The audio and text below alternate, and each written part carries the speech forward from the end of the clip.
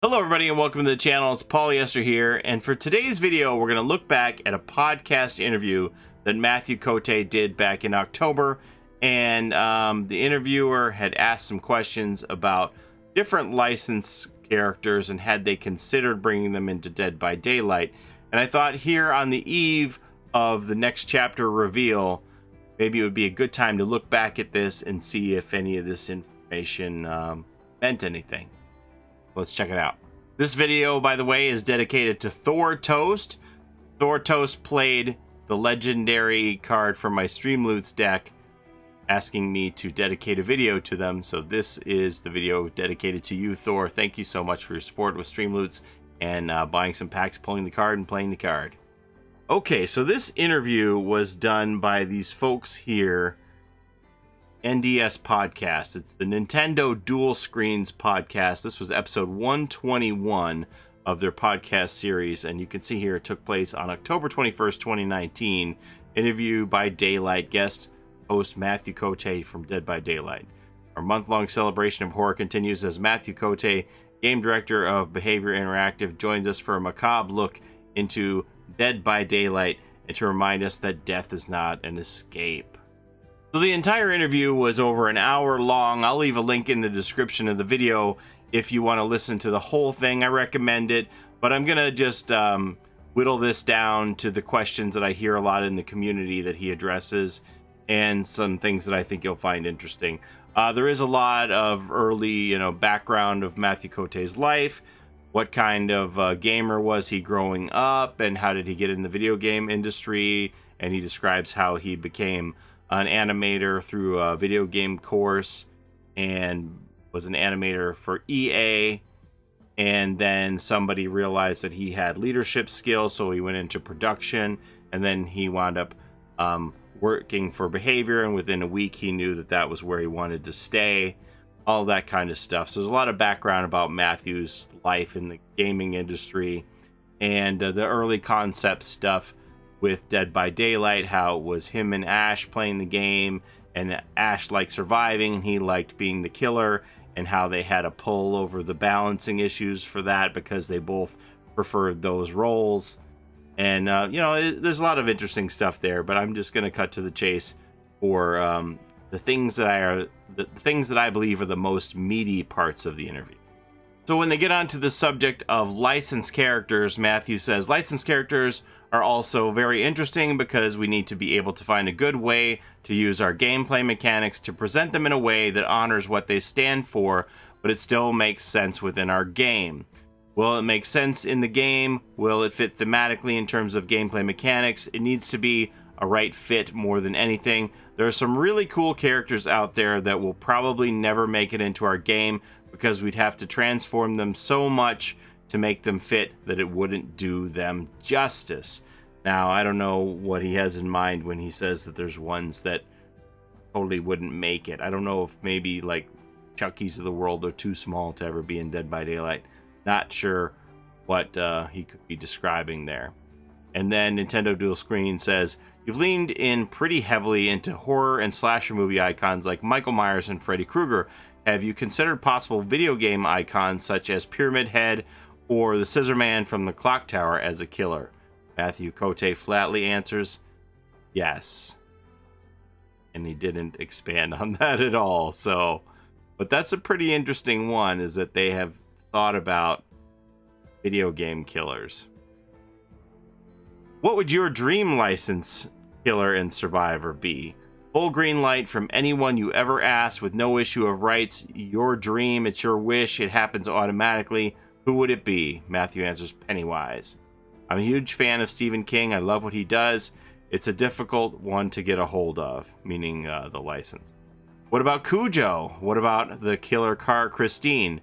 Matthew answers, it's funny because Dave Richard is a bigger Stephen King fan than I am, and when people ask him what weird licenses he wants, those two are probably at the top of his list. Well, Carrie could be a fun one. Matthew answers, yeah, you can name the top 10 horror icons, and a lot of people, the list is pretty much always the same. Wherever you go, people come back to the same top 5 or 10. That list is shrinking now. There's really not that many big ones that we don't already have in the game. Well, would you ever go obscure, like a very niche cult following license, like a Pumpkinhead? Matthew answers, maybe, but probably not that niche, because we create some really cool original characters, and when we do, we're able to create way more customization, for instance, which is super fun and well appreciated by our players. Licenses are much harder to make variations. We have a lot more freedom when we do original chapters, and it allows us to go into mythology and folklore and local legends of different cultures, which is essentially a never-ending well of inspiration. As far as these obscure licenses go, it's a lot of work, and I'm not sure it's totally worth it, but some of them would be really cool, and I'm not saying we'll never do that. There are a few more cult, more obscure, but if I had to name one, I'd probably go for, wait for it, Pinhead. So I could see what he's saying here is that, you know, when you obtain these licenses, you need to expect that it's going to be something that will have mass appeal, because you have the constraints of the creation that goes into the character and the variations and stuff. And then you have to pay out this money to the license holder. So you have to make sure that there's going to be a return on it for all of the lawyering and everything you need to do to nail down one of these licenses. There has to be, you know, a big impact. So that's why they're not as interested in these obscure licenses. They just rather make something that they control themselves. Completely understand that. Any plans for cross progression saves? Yes, we're considering it. It's not a simple matter. I'm not going to go into technical details or the challenges, but it's something we would like to offer our players, obviously. So again, cross progression saves is if I own an Xbox and a PlayStation, I can have my progress move from one to the other rather than starting from scratch if I go to a new system. Like if I'm a console player and I move to PC, it's very daunting to start from scratch. So cross progression, having whatever progress you put into any system go with you to all of the other systems, is definitely something that they would like to offer, but it's technically challenging.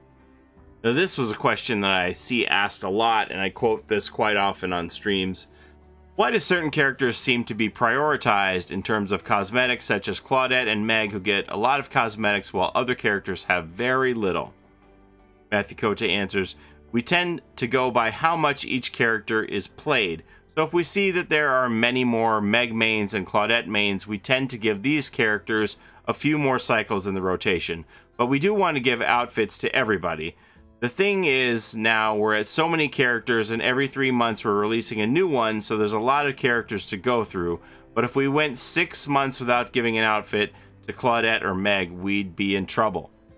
So that's why, you know, the OG characters that everybody owns get more outfits than some of the DLC characters that people have to pay for, because more people play the original characters than the DLC characters. So that's why poor Adam Francis hasn't had an outfit since May 29th, 2019. Play Adam more, everybody. Get him some clothes. Okay. And then they went on to talk about how Matthew said that Dead by Daylight is absolutely multi-platform. There's no main platform in their mind for Dead by Daylight. All the platforms are pretty even in player base. So he said that the PS4, Xbox, and PC have about the same amount of players, and the Switch is quickly catching up those numbers as well.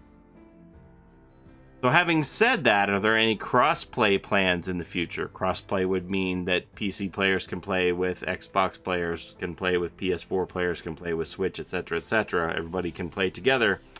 And Matthew said, ideally, yes. It's not just up to us, and there are a lot of technical hoops to jump through, but it would be great. Dead by Daylight thrives on more players, and we'd get better matchmaking times, better rank matchups. It's something we would love to do. Now, this is a question I see asked quite often, and I always refer back to this response whenever someone asks it. What are your thoughts on adding color options for those who are colorblind? Matthew answers, it's on our wish list. It's really something we want to do. We've looked at a lot of different options. The biggest challenge for us is really because of how much the visuals have a direct impact on the gameplay balance. So if we make a mode where you can change the color scheme so that the colors are different for the color blindness type you have, and then if one of them is found to give a typical sighted person an advantage, then we run the risk of having most people switch to that mode. It's touchy, so we want to make sure that we do that correctly. So basically he's saying if they put in a colorblind mode and typical people flick the switch and say, man, I can find survivors so much easier with this mode, then they're worried that it would impact the way everyone plays the game. So that's the thing that's holding them back. And then we have this little throwaway question, but I get this in like every video comment section. Will Dead by Daylight ever come to the Soulja Boy console? To which Matthew answered, I have no idea what you're talking about. So he doesn't know what Soulja Boy console is. So I love that. And I'm throwing that one in there. I love that question. And then we ended with this rapid fire round here where NDS asks, okay, rapid fire licensed killer characters. Have you ever considered these licenses for Dead by Daylight? You can answer with yes, no, or who. So I have them written here as the questions of who they asked, and then Matthew's answers underneath each one. Chucky? Yes. Pinhead? Yes. Candyman? Yes. Pumpkinhead? No. The Tall Man? No. Hannibal Lecter from Silence of the Lambs? No. Patrick Bateman from American Psycho? No. Angela Baker from Sleepaway Camp? No. Dr. Hyder? Who? He's the doctor from The Human Centipede. No. The Babadook? Yes. And then it finishes off with, I want to ask about Pennywise, but obviously since he's your dream license killer, that's a yes, right? Yeah. So that's what I have for you today, breaking down that podcast. If you want to listen to the whole thing, as I said, the top comment and link will be in the description so you can listen to the entire interview. That was the best bits, in my opinion, to give information to you guys. So we'll see what happens. As far as the yes and no goes there, don't read too much into all of that. Just because they said yes, they had considered a license for Dead by Daylight, it's not an assurance that that character is coming to Dead by Daylight. I mean, we could see here at the end that he said yes, they had considered Pennywise, but he acknowledges also that that's a very difficult license to get. So yeah, it's fun. It's fun to think about these things. There you have it. Thanks for watching, everybody. It shouldn't be long now before we get that spicy dev information revealing the contents of Chapter 15. I can't wait. I know you're excited too. Thanks again. Have a great day, and bye-bye.